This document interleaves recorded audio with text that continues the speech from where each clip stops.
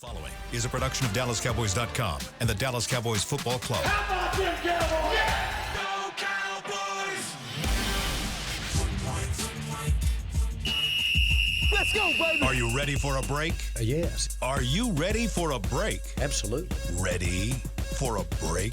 Yeah, and so much for that. It's time for The Break on DallasCowboys.com. We were on a break! With Ambar Garcia, Bryan Broaddus, Nick Harris, and Derek Eagleton. It is Monday, October 14th, 2024, Season 20, Episode number 48. Welcome to the latest edition of The Break. We are live from SWBC Mortgage Studios at the Star. We're presented by LG. LG is the world's #1 OLED TV brand for 11 years and counting. See why at lg.com/OLED Evo. I thought you were going to turn around. I was like, actually, that's a good idea. I'm going to turn back around He's gonna with stick you. You know what? I'm going to fix the back today. I was watching the Giants miss a field goal. That was a bad one. I was watching that. I was kind of thinking, did he really miss that? Yeah. You know, but that just shows you. Well, you got a kicker that makes field goals, so Yeah, life could be worse. could be worse. Thanks for that positive note, Hey, Nick. man. I'm That's what we're hopeful here that we'll for. find maybe one or two others throughout the context of this show. It was a rough one yesterday for the Cowboys. Make no mistake about it. That was maybe the worst loss of the season. That's saying a lot because that New Orleans game was pretty bad. But yesterday, it looked like Dallas just couldn't figure out what they were doing and couldn't get on a roll on either side of the ball. But let's talk about it. Cowboys lose 47-9 to the Detroit Lions. Let's start with the story of the game. Let's go around the table. Nick, what for you was the story of this game? Physicality, toughness. I'm going to sound like a broken record here, but I think all of those issues really compounded in this game. You go up against a really physical, a really tough team in Detroit, and you add in a little sprinkle of vengeance that they were looking to enact from that loss last December. And what happened? A 38-point loss, the worst loss in the history of AT&T Stadium, the worst loss in Jerry Jones' ownership the last however many years it's been. I don't feel like doing 35 math right now. There you go. Thank you. I appreciate that, Brian. But yeah, it was physicality and toughness, and you saw that from the very first drive until the very last drive, even when the backups were in the game. It was toughness, and they were just outmanned and they were outmatched physically from the get-go. And when you are outmatched on every single play, this is the results you get. This is what happens when you don't preach physicality, when you don't come into a season trying to be tougher. I think that's kind of the product of what happened here, and we're only going to continue to see it throughout the season. I was able to talk to some players throughout the locker room access and Dak Prescott about what can you do to be more tough. We can talk about that as the show goes on, but they're looking for a lot of answers right now. They don't really have them at the moment. And that's the concerning part. It's like what you hear from them doesn't really give you any sense of hope as far as like, okay, this is the plan and this is what we're going to try to work on and get better at. Like you don't, so that's the difficult part to deal with at the moment. There's no sense of direction or what you're actually going to be working on and trying to execute. And we'll talk about the defense. Obviously not good when you allow 47 points. But at the same time, and we talked about it during the game, Derek, we were looking at the defense. We're like, okay, well, they got what they got at the moment, but they're out there trying to fight and make some plays. I think there were a lot of different players that we still saw some aggressiveness and some willingness to go in there and do what they can to help the team. But I can't say the same on the offense. Like the offense, there's really no excuses. I think you look at all the players and the talent that you do have talented players. You have people that you can work with. You have people that you paid a lot of money to. You have players that are healthy, but yet you cannot score a single touchdown. You cannot scheme these guys properly to get them to the end zone. And that's something that's very, very concerning, especially you're heading now into week 7. You're heading into the bye week. Training camp talk, it's over. At this point of the season, you should have some type of rhythm or something that is working for you, and you could not figure out neither on the running game or the passing game. Yeah, this one was going to come down to how well your offense was going to be able to play. You were just too, in my opinion, too limited to what you could do defensively in this game. And Nick, I like what you're saying about the physicality aspect of it. Feel like we might have overrated an offensive line here. for the Dallas Cowboys. Even the best 5 that we thought, maybe Cowboy Nation thought as best 5, really wasn't your best 5. And you're showing like a team that struggles at right tackle, 65 plays. 5 plays might be really bad. You have a Hall of Fame right guard that's not a Hall of Fame right guard anymore. You have a center that's really young who's trying to play the position and pick up twist stunts, but he's kind of confused when that happens, which allows pressure into the quarterback's face. The all-pro guard's now playing left tackle because your normal left tackle is so banged up he can't go in the game. He was on the sidelines rest, but he was banged up to the point they really didn't want to start him. So they said, okay, let's go with these 5 that finished the Steelers game. He had some problems at tackle in this game where all of a sudden he steps down. Here comes a free rusher. Dak's now in trouble. Boom. There's a hit. Ball's not where it needs to be. Maybe the ball's high. Maybe it's overthrown. But you're dealing with an offensive line that we thought maybe would be a strength. In actuality, they're really average right now. They really are. They can't really run the ball. They can't get any push. The backs are struggling with that themselves. I know everybody's complaining about the number of carries that Zeke, but go back and watch the running game. There's really, if you're asking me that, okay, here's a good scheme thing to do, Nick. Yeah. Let's take Tolbert and try and block him on Hutchinson when we're running a play going away and see how that works. Not very well, you know. Let's try and block Schoonmaker over here on an all-pro guy and see how that works one-on-one. Not going to work very well. By the way, bad idea. Bad idea. I'll tell you what, though, they schemed a nice job with CeeDee Lamb, that first catch, one-handed catch. Oh, hey, look at this.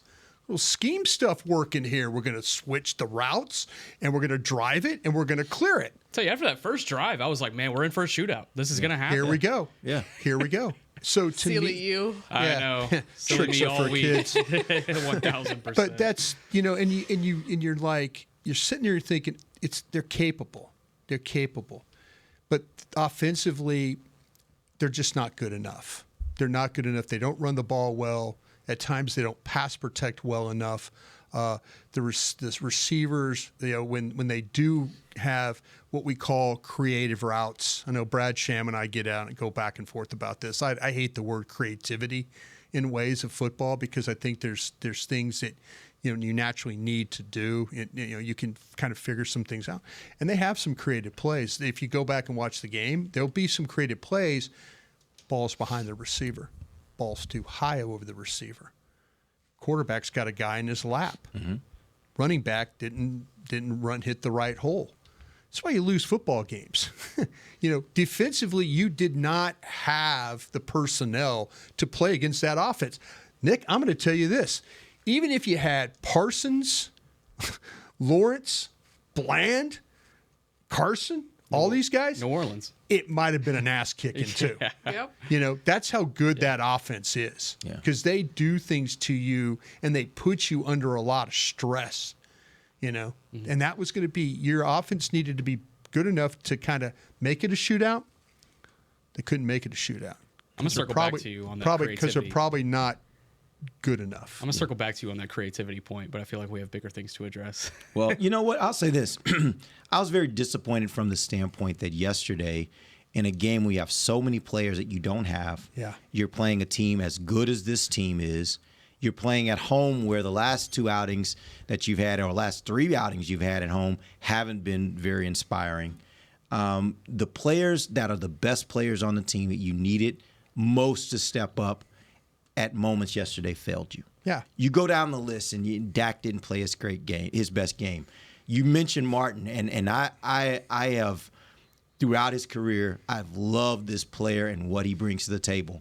That's not what we're seeing anymore. He might tell you that. That level of play is not what we're seeing anymore. Yeah, if you talk to him on the side, he might tell you, he goes, man, that was a rough one. Yeah, that might have been the worst game I've seen him play. Yeah. And I mean, to the point where it was consistently he was giving up pressure. Yeah. You look at Ferguson, and that wasn't going to be an easy catch, but that's a catch when you're Jake Ferguson, you make that catch. That was a designed play. Yeah, if you look at it, they put him on the right side, and they kind of delay him to run. And you thought, and when he threw it, I thought, oh, that's a YOLO ball. You only live once. Yeah. I thought that was a YOLO pass. You go back and watch on tape, it was a design play. Yeah. It's a design pass. But, yeah, we've seen Jake Ferguson make I've seen him make more tougher difficult catches than Yeah. that. Diggs yesterday, I don't think played his best football. There were moments when it was like, there were opportunities to make a tackle, and he wasn't. And we've seen that before. Yeah. And so I think when you look at it, I don't think anybody can walk away from that game and say, man, I gave him everything that I had and gave him the best of what I have. Because I've seen so many of those players. Too. Yeah, I've seen so many of these players play so much better football than what I saw yesterday. And in moments like that, that's when I need my best players to really step up and be better than even what they are normally. And that's just not what they got yesterday. So you didn't give yourself even a chance when you're playing against a team that's as good as Detroit is. To the Trayvon Diggs point, 4 targets, 4 receptions for 80 yards and a touchdown when targeting Trayvon Diggs. Perfect passer rating. And then going to the Zach Martin point, he allowed 7 pressures yesterday. That's a career high. Yeah. His previous career high was 5. Yeah, there were just so many things where it was like, I need these guys to be playing at their very best because I have enough guys out there who are young, who are inexperienced, who may not be as good, who I'm going to have to already take up for and kind of pull the slack for them. If your best players aren't playing like your best players, then you really just don't have a chance at all. All right, let's do this. Let's take a quick break. We're going to come back. Green Bay all over again. It's like this. I mean, the similarities there offensively is just like you literally, and this has been shown throughout the season so far. Like you've had, I can't even remember the first game. I know that was a bigger score. I can't remember how the offense overall looked like in my mind. Cleveland game.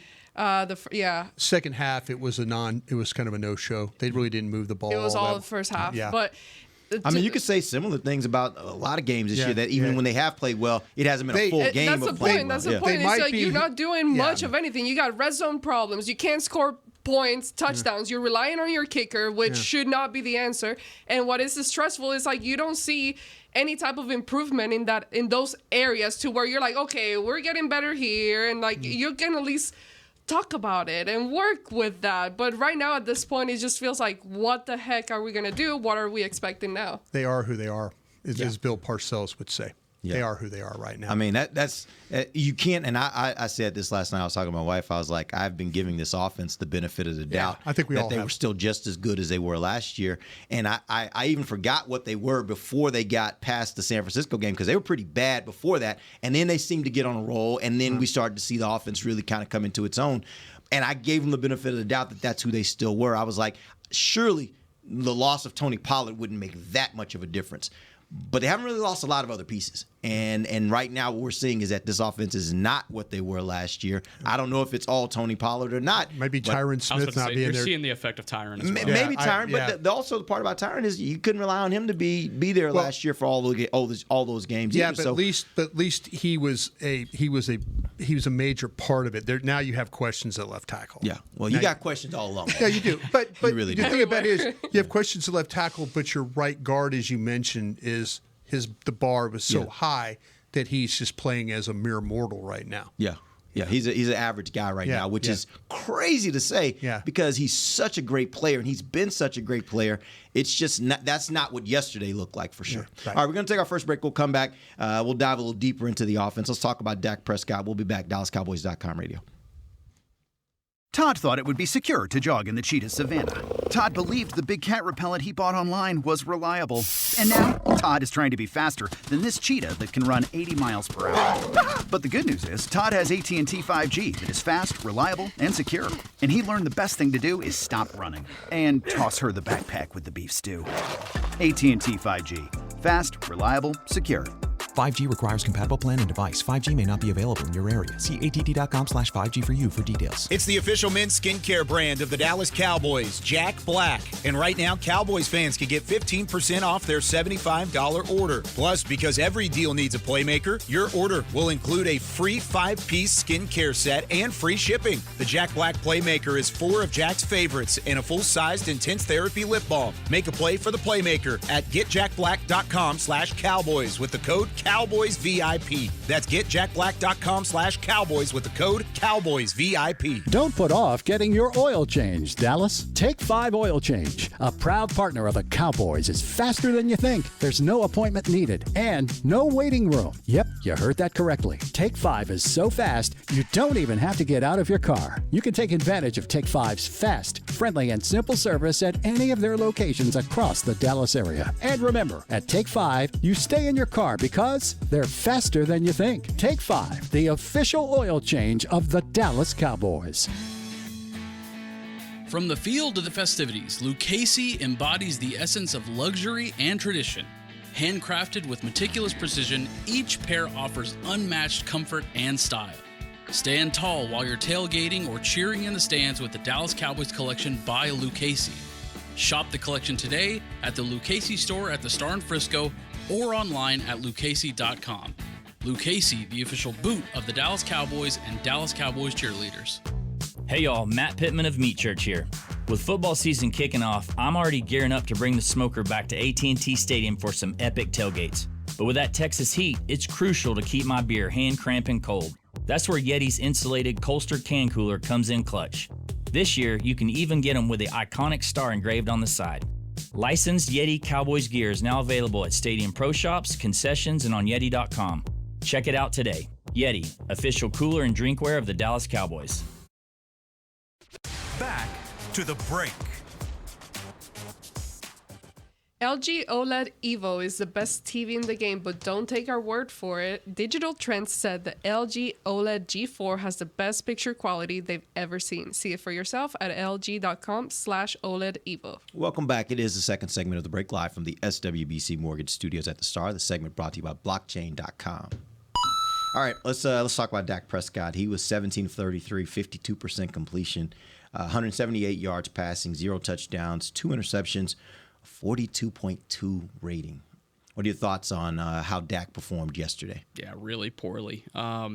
We've seen him struggle throughout the course of his career against zone type defenses, and I think Detroit threw a little bit more at him than what he maybe anticipated. And just for one play that could kind of sum it all up was the Brian Branch interception, the first one, where he had Dak believing that he was going to go into account for Jalen Tolbert on the check down, and then as soon as that ball was released, he turned back and beeline to that ball, and he was right there for it. So that's a ball that Dak's got to push to the corner. He's got to push it up a little bit. He's got to trust CD's athleticism a little bit more, and then on CD's end, he's got to play defense a little bit better than that. But I think all in all, the day that Dak Prescott had, it's one of the worst that I've seen in person over the course of my last couple of years covering this team. I think back to the 49ers performance last year, and it was very similar in the sense that rhythm was never established. His receivers were just getting fought in the secondary over and over. And I got to give credits to the officials. They let them play for the most part. They called a couple of penalties, but Detroit, they brought that physicality in the secondary as well, and it disrupted the timing. It disrupted the rhythm of this offense. And when this offense does not have timing and it does not have rhythm, it is inserviceable. And we saw that on full display on Sunday afternoon. I'm going to steal that word, inserviceable. I like that. I do too. It's a good word for That's what he was saying. That's an educated guy talking right there. Sometimes, not always. Sometimes. Go ahead, Brian. Yeah, I think the thing with Dak is that, to me, there were opportunities in this game. Not a lot of them, but man, there were some things that they had set up to try and make it happen. We talked about the pass, the inside pass, the one-hand catch to Lamb. I mean, to me, I'm like, there you go, capable of this stuff, And there was some things that they did that he's absolutely right about. The Branch had a couple of interceptions. The one that over the middle to Brooks was just a really poorly thrown ball. I mean, there was a little bit of pressure, but he was able to get it out. The pass on the end zone, the one that was intercepted, it's kind of like Dallas. I guarantee you this is what happened. They probably ran that play like 3 times in goal line period on practicing it, and every single time they told the corner to bite on the man in the flat to bite on the cross. Or they did it on their own. Yeah, well, that's what I'm saying. So all of a sudden now it's like, okay, this guy, it's Brian Branch. He's an instinctive player, and you're thinking, okay, we're gonna play it like this guy's gonna drive on because they're gonna run a screen. They fake basically the screen is what they do. So they get Tolbert like this going to bubble, and then he takes off and then out. And they're thinking that maybe Branch is going to, but man, he's like, no. Dak's looking at CD the whole time coming across. You could see it. You could see it in his eyes. I mean, he's looking at him, and Branch is like, you're not throwing this ball that flat. You're going to throw it behind me here, and that's just a good instinctive play. Especially on third down, too. Yeah. Like, they were never going to throw it short of the sticks right there. Never were. So, yeah, unfortunately, though, that I think the play caller wasn't particularly good. I don't think the quarterback was particularly good. I don't think the line was particularly good. A lot of pressure there. They don't run the ball. So bad day all around. If you want to point the finger, the quarterback takes the arrows. He stands up there and has to answer all the questions. Everybody else kind of says we'll look in the mirror and kind of figure it all out. I do believe this. They are who they are. You're right. It has to be almost perfect for them to have a successful play. I mean, they can't. It just sometimes if they're off schedule and all that. The creativity of it all. I use that word there, but it was not a good day, and they needed a good day from their offense. And I think their offense, just watching it now through 6 weeks, it kind of, like I say, it is what it is. It's not good enough. I don't understand it. We know Dak is better than what he's shown so far this season and what he showed in this particular game. I mean, we talk about the pressure. Yes, sure, there was a lot of pressure, but there were a lot of plays that I saw where the pressure wasn't that bad, and he was still making bad decisions where he was just throwing the ball to who knows who and then doing who knows what. And we talk about, I know I brought this up after some other game, I don't remember what, but the Dak's ability to run and the mobility, and you mentioned the whole ankle thing that happened during the offseason. Well, at this point, I mean, I don't want to say I don't care, because if it really hurts, you do care, but you need him to run. But like, do something. Yeah. You know, there are instances where he has the ability to kind of just get out of the pocket and just gain a few more yards while he figures out the target and throws it. We've seen him be able to throw good balls when on the run. So that's an area of the game that is not being used at all. Not even when they're getting close to the red zone, in that area where I think it can be very beneficial to them. And that's a whole element that's been taken away when you're already struggling without a running game overall. I think there are a lot of elements in the game that I think Mike McCarthy is not really utilizing it to his advantage. And we talk about, you mentioned Derek Hunter-Lipke, another guy that we've mentioned on here all the time. Did he do anything yesterday? He was a sniffer blocker yesterday. Yep. A sniffer? Sniffer blocker. Oh. He was up close to.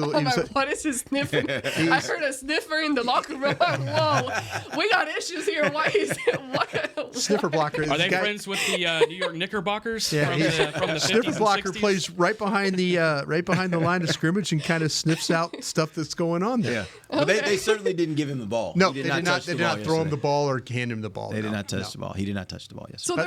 So he was a blocker yesterday. Yeah. You got guys that you can kind of try something different with, and you're not. So, I mean, this whole thing kind of falls back into Mike McCarthy as the play caller and what he's doing currently. I don't know much about football, but what I watch, without very little knowledge compared to what they have over there on that side of the building and what they get paid for, to me, it seems like it looks easier from my perspective. Again, I respect what they're doing, but from our bird's eye point of view, it looks like you have the tools to create something better and do something that you're not doing right now. Like, you're not, again, I don't want to bring up creativity, but yes, be more creative. I'm the one with the creativity. It's right. But the thing that this Detroit team on offense reminds me of the old Cowboy teams that won Super Bowls. Mm-hmm. You know, when you try and kind of take things away from them, they kind of figure something else out. They figure out how to run the ball, or they figure out how to throw it to the tight end. That play that they designed, the double river. I think that's a play. Someone was telling me, and I need to go back and look at this. It's a play that San Francisco ran against you last year. Do it to Kittle for a touchdown. Mm-hmm. Same play. You know, so that's maybe it's like, maybe we can steal this play from somebody. And but that's where I think with the Cowboys offensively, though, it's it's just such a struggle. And like, it's just such a struggle because of the line struggles, the quarterback struggles at times. They don't run the ball, as I said, and your receivers don't always make plays for you. Yeah. You know, so that's, I mean, it's, you watch these other teams that have so much success moving the ball. Detroit's kind of a bad example because they've got one of the best lines in football. They got really good young talent with Williams and St. Brown as the receivers. Laporta at the tight end is huge. And two of the best backs in the league. You see what they did to you? They just kept interchanging those guys. Montgomery, the carry, and then the next guy, and it was Montgomery. And they went just back and forth with how they, and that's, everybody's kind of getting on them like, hey, you got a running back already and you're drafting one in the first round? Okay, stupid. No, they look pretty smart. Who's the fool now? Well, no. Their offensive line is really good. It's awesome. Those dudes, they play on their feet. They don't worry about your down guys. They block. Their tight ends are good at blocking. They really they're and they got a really fun play caller. I mean, he was trying to embarrass you yesterday. He really was throwing the ball to the tackle and stuff like that. I mean, he's like, who does that? Yeah, Who he's thinks like, of that? Who's practicing plays to like catch it and pitch it to your all-pro right tackle? I love big boy touchdowns so much. I caught myself whenever Penei Sewell was reaching in. I was like, get in. Yeah. Crazy. But that's what you were up against yesterday. And it's tough. You look the opposite of what that, and that's probably kind of a bad example because that's one of the best offenses in the league. Let's real quick, we'll get this one last topic in before we go to break. Talk about the offensive line. Brian, I know you went down the line, and they had lots of struggles. And what I saw was that the majority of the struggles seemed to be on the right side. There were some things on the left side, but on the right side, it seemed like every play there was something going on over there that just didn't seem right. Yeah. My question for you is, how do you fix that? Because you ain't getting rid of Zach this year, which I'm not saying you should, but that's not changing. No. Steele is not necessarily – I don't know if you've got another guy you could even put there in place of him. Yeah. So what, other than them playing better, is there anything the Cowboys can do to help the right side of the line? Man. We're just going to look at each other the whole show here.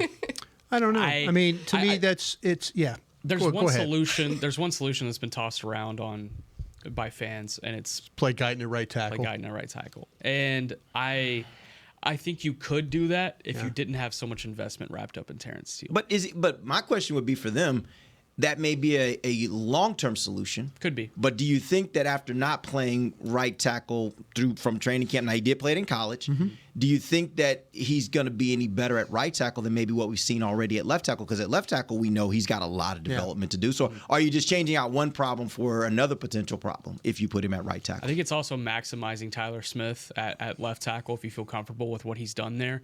And then it's putting Tyler Guyton back into a situation of comfortability. Even though he was protecting a blind side at Oklahoma and there was still aspects that he was able to carry over to the left side, I think putting him back on the right side could help in the long run. But I don't see this team doing that. I feel like it's a wasted conversation, honestly. They are going to keep Terrence Steele there and ride it out with him. And honestly, if you look at how Terrence Steele started the season last year and how he finished the year last year, those last 6-7 games that Terrence Steele had, some of the best play he's had in his entire career. And I think they still feel like that can come rear back around through the back half of the season. I think at San Francisco, you're going to see Guyton at left tackle, Smith back at left guard. Yeah, I agree. I don't think they're going to tinker with this thing anymore. Like I said, you're just not good enough up front right now. You just you got to get Guyton experience. You got to get BB experience. Smith will be fine. Martin, you ride that. That's a Hall of Fame player over there. It's kind of like the same problems you talked about with Tyron Smith. You're like, oh, I don't know. Some days it's great, some days it maybe not. But and then you got to figure out the right tackle stuff. I just feel like that to me it's asking a lot, and they're not going to do anything about it. They tried. Their future is with BB at center and Guyton at left tackle, and I think that's how they're going to continue to play. All right, let's take our final break. We will come back, and we'll talk a little bit about the defensive side of the ball. Not much that was surprising about yesterday, but there are some points that we need to kind of figure out and then talk about a couple players on that side of the ball. We'll be back, DallasCowboys.com radio. If you can't be at the stadium, there's no better way to watch your Cowboys than on an LG OLED Evo TV. That's because everything you see is more lifelike. Every play, every hit. I mean, you might as well be on the sidelines. That's how clear it is. It's all thanks to LG's legendary technology. Perfect black, over 8.3 million self-lit pixels. No one comes close. LG OLED Evo is the best TV in the game for a reason. See for yourself at lg.com/OLED Evo. They say champions are remembered, but legends are never forgotten. United Ag and Turf offers a winning lineup of John Deere equipment built to tackle any challenge on and off the field. Legendary John Deere tractors, combines, residential mowers, commercial mowers, compact construction equipment, Gator utility vehicles, and a full line of golf and sports turf equipment. United Ag and Turf, the official Ag and Turf equipment supplier of the Dallas Cowboys. Visit UnitedAgAndTurf.com to find a location near you. If you shout, "How about them Cowboys?" you have that undeniable passion that's the heart of Cowboys Nation. And if you like to drink Dr. Pepper, you love the unique blend of its 23 flavors. Together, your one-of-a-kind fandom paired with the one-of-a-kind taste of a delicious ice-cold Dr. Pepper is the game day lineup that can't be beat. Better yet, gather your Cowboys and Dr. Pepper fan friends to watch the next game and crack open a delicious ice-cold Dr. Pepper for everyone. The wins will be even tastier. It's a Pepper thing. And we're going to overtime. Erica, how much have I spent on concessions? For questions about their money, Dallas Cowboys fans can turn to Erica, the virtual financial assistant in the Bank of America mobile banking app. Learn more at bankofamerica.com/Erica by your side. Bank of America, official bank of the Dallas Cowboys. Erica responses may vary. Digital tools featured require downloading the mobile banking app and may only be available on select mobile devices. Erica is a mobile feature only available in the English language. Your chat may be recorded and monitored for quality assurance. Message and data rates and additional terms may apply. Bank of America, N.A., member FDIC. Todd thought it would be secure to jog in the cheetah savanna. Todd believed the big cat repellent he bought online was reliable. And now, Todd is trying to be faster than this cheetah that can run 80 miles per hour. But the good news is, Todd has AT&T 5G that is fast, reliable, and secure. And he learned the best thing to do is stop running and toss her the backpack with the beef stew. AT&T 5G. Fast, reliable, secure. 5G requires compatible plan and device. 5G may not be available in your area. See att.com/5G for you for details. Back to the break. AT&T, connecting changes everything. Welcome back. Final segment of the break, live from the SWBC Mortgage Studios at the Star. We're presented by LG. Let's talk about the defensive side of the ball. Yesterday, they continued the struggles with stopping the run. They allowed the Lions to pick up 36 rushes. They picked up 184 yards rushing, 5.1 average, 2 touchdowns. To be honest with you, there was a point early in the game, maybe second quarter, when I was like, it almost feels like they're playing with them, because if they just decided they were just going to line up and run every down, they could. The Cowboys were really not stopping them from running. They were just doing trick plays and running all kinds of stuff around there. It just seemed like they were kind of toying with them a little bit. But the run defense is where it all starts, and I don't think it was really existent yesterday. And I think that, obviously, you look at those numbers and you say that. If you start breaking it down, where do you guys think was the biggest point of failure for the defense from the standpoint of stopping the run yesterday? I think getting blown off the ball. The line of scrimmage was just dominated by Detroit. And that was on both sides of the ball. But if we're talking defensively specifically, I was able to kind of see some all-22 this morning, and it just kind of reaffirmed my thoughts that I saw yesterday. I mean, Golston wasn't horrible, and he was still bad. And he was probably your best player on the defensive line yesterday. Yeah. Mozzie Smith just reverted back to what we saw against the Saints and the Ravens. You could say the same for the rest of the interior guys, Linval Joseph, Carlos Watkins when he had some opportunities, KJ Henry, Carl Lawson. I mean, none of those guys generated anything in the run game. And so what does that do? It makes life more difficult for that second level. I mean, fortunately, you saw a couple of plays where Damone Clark was able to kind of beeline in and find the run gap, and DeMarvion Overshown did the same thing. But for the large majority of the game, the second level was having to play multiple gaps at once. And then that's just asking your defense to do too much at that point. And then once they get into the secondary, nobody in your secondary can make a tackle. So that's when you saw David Montgomery throwing guys around. And my goodness, Trayvon Diggs, when it comes to tackling specifically in the run game, he's had some bad games. I don't think there was one worse than this. I can't think of one off the top of my head where he just wasn't trying to tackle guys. And whenever that happens, from getting blown off the ball to second level, having to play multiple gaps at once, and then they get into the secondary and those guys are like, I'm good.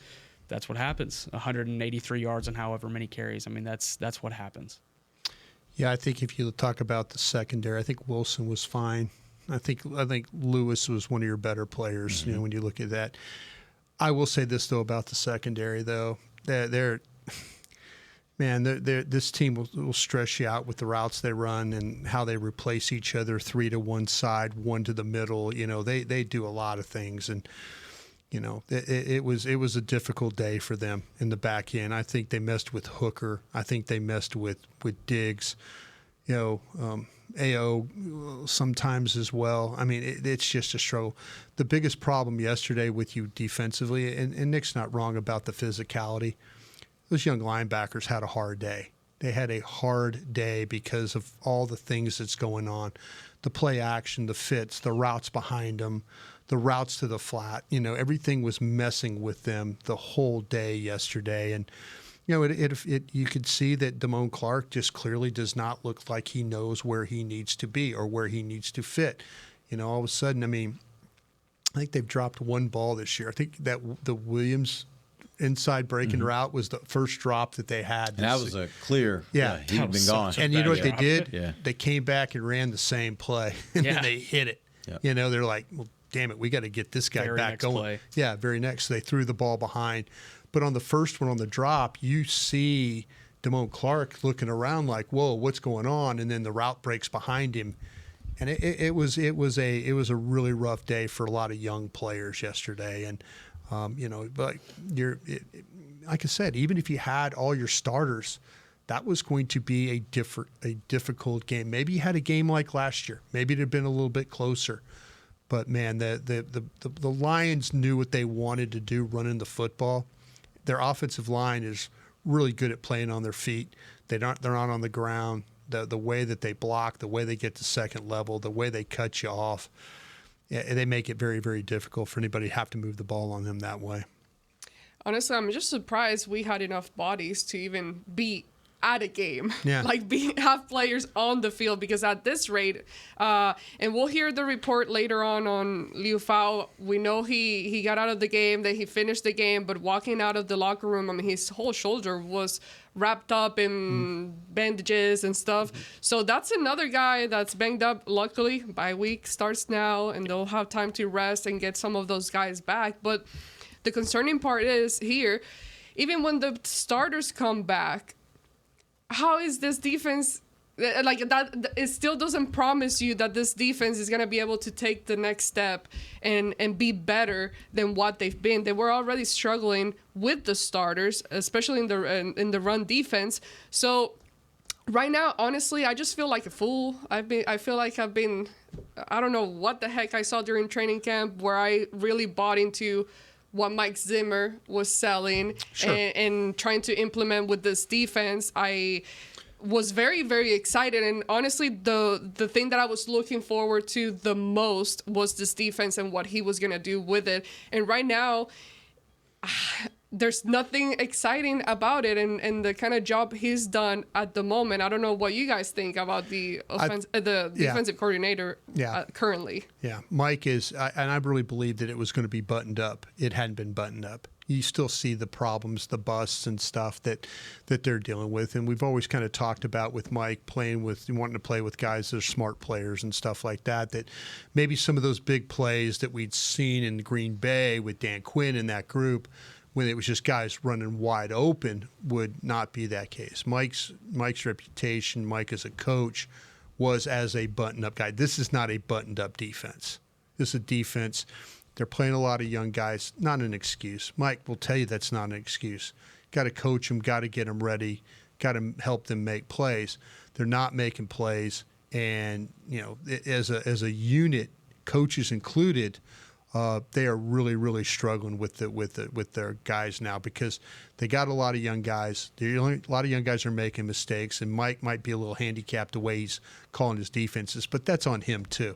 I like you, Ambar, I was excited about them not giving up big plays, but those explosive plays have been especially the home games, have just been embarrassing, to be honest with you. Well, honestly, I do put some of it. Obviously, the coordinator has to take a part of it. Has to take the blame. But the fact of the matter yeah. is, I think it all starts with the fact that if you are a defense that cannot stop the run, and quite frankly, if you cannot, on the front line, if you cannot do the job of, number one, keeping offensive linemen off your linebackers, of being able to hold up at the point of attack, of being able to set the edge, all these basic things you learn about playing defense at an early age when you play football. If they're not able to do those things successfully and consistently, the defense overall is going to hurt. It all compounds. And the way offenses can get to all the other things is if they've got you to where you can't stop the run, then everything else is open to them and you have no shot. And I think that's where it starts and ends for me. And really, that goes down to the personnel you have up front. Maybe losing all those guys that you lost at the defensive end position. And I'm talking going back to free agency. Maybe that affected you. Maybe having your first-round pick from a couple of years ago not being able to step up and consistently be what a first-round pick should be is affecting you. I think that's where I start and finish this thing. And for me, everything else is going to go from that. And I'm not sure that's a fair deck to give someone like Mike Zimmer, but it is what it is. He accepted it, and when you accept the challenge, you got to also take the blame if it doesn't work. Right. But I will say, I think a lot of this has to do with them just not having the personnel necessarily to be able to stop the run right now, and that's just a fact in my opinion. But it goes back to Nick's physicality part of it too, though. Stopping the run, being physical, all those things. Yeah. I asked Dak last night and his presser, what can you do to be a more physical team, like within the gap of a season? How can you just implement Oklahoma that? drill? Yeah, exactly. Pull Right? in the ring. I asked Jordan Lewis and Damone Clark the same things, but I think Dak probably gave me the better answer, and he was saying we have to practice harder, we have to prepare harder. And I think whenever you look at a team that has had multiple practice injuries over the course of the last 2 years, where do you find the balance? Where do you find the balance between increasing physicality, but also understanding that your team is one more injury away from being in that top 10 of that draft that we were talking about, Brian? So, I mean, it's a tough juggle. It's something I would like to ask Mike McCarthy today, just being like, how do you balance wanting to increase physicality without sacrificing more depth on your team? So I truly believe it's just ingrained in the culture of what you have instituted over the course of the last 2.5 years. Because when Mike McCarthy first got here, I don't feel like that was necessarily a problem. Like even in that 2020 season when they were just getting blown out, there was toughness in some of those games. There was more toughness shown in a couple of those games than we're seeing today, which is wild to say.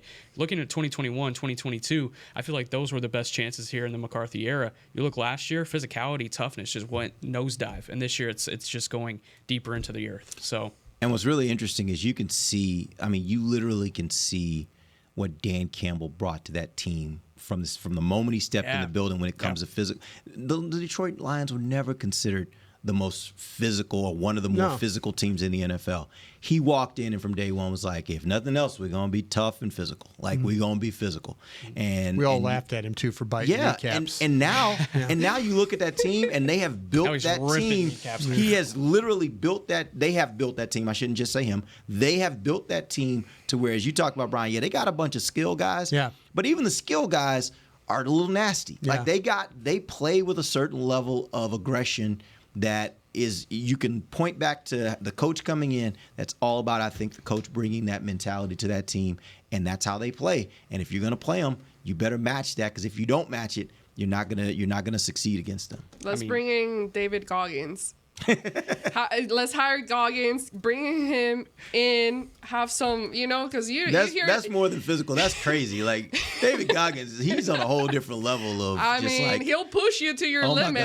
Gosh, all I have to do is listen to him, and I think I can run through a wall. Yeah. So I don't know, I'm just saying, some kind of inspiration, motivational speaker or something. I even wonder to some degree, if he were being honest, not to say he's not being honest, but now obviously coaches have certain things that they will say publicly and not.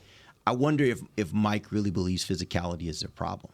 I wonder. I don't know that. And I know how football guys sometimes can say, no, it's really about execution. It's really about this guy's got to do his job. This guy's got to do his job. I wonder if he would really think that physicality is the issue. He thinks not getting turnovers is a big thing and turning the ball over too much. Yeah. He thinks they had 5 yesterday. I think the biggest problem, he probably feels like turning the ball over is a huge problem for him and not getting any turnovers.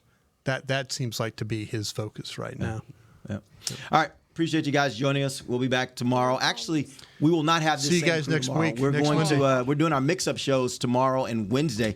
So we got a whole different crew rolling in here Don't be for the terrible. break. You guys will all be shipped off Who are to you other with? places. I'm in the morning, the very morning, right off the jump, 9 a.m. Who's got 9 a.m.? Is that So talking? long. You're with so long.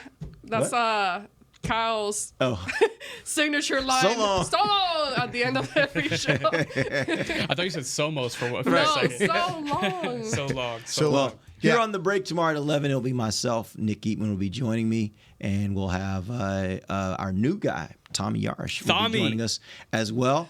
And I think Bonnie Jill will be on with us. So we got a nice little crew. I'm interested to see how we mix in on this show. What? Someone put gum under the table and I just touched it. You were kidding. No, you're kidding me. I paid way too much. Well, Jerry paid way too much for this studio. Okay, somebody's this is the problem. We're going to end the show. Somebody's Till tomorrow. There's For Nick two Harris, gums there. Brian Broaddus, no. Amber Garcia, I'm Derek Eagleton. This is The Break live What a on bad week. DallasCowboys.com radio. This has been a production of DallasCowboys.com and the Dallas Cowboys Football Club. How about this, Cowboys? Yeah!